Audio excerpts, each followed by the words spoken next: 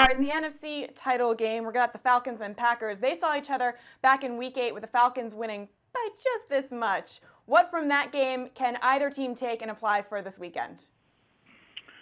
Well, for the Falcons, Julio did a really nice job in that game, if I recall.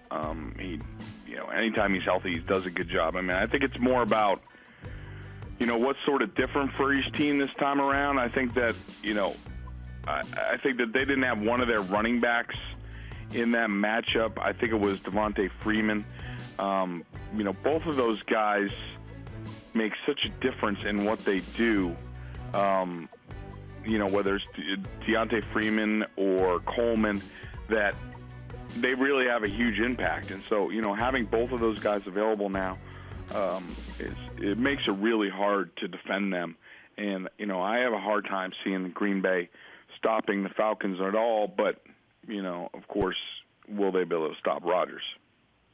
Speaking of Aaron Rodgers, Greg, why did it take him to say, let's run the table, or we have to run the table, and then they did it? Was it just that simple, where they needed somebody to motivate them like they did? How do you explain what we've seen here in the last couple of months from this team? I don't think it had anything to do with his comments. I think it had everything to do with people looked at the calendar, they looked at the schedule, they were out of options. If they don't, at that point, if they didn't run the table, they were not going to make the playoffs. And the Lions would have won the division. I don't think the Packers would have grabbed a wild card spot at 9-7. I could be wrong about that. So I don't think it had so much to do about. I think Aaron was stating the obvious, but they started running the table because their backs were right up against the wall and they had no other option. So how do the Falcons stop Aaron Rodgers? Alexa, I think the big thing for them is I think their offense is going to be their best defense in this game. I think that, between their running backs, between Julio Jones and Sanu and it's slipping my mind, but the little guy who leads the team in touchdowns used to be on the Browns.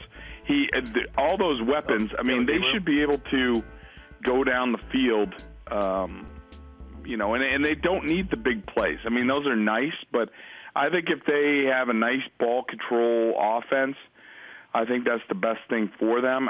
Otherwise, you just can't give up the big play against these guys, and you have to. The big thing for the Falcons is you have to have a disciplined rush.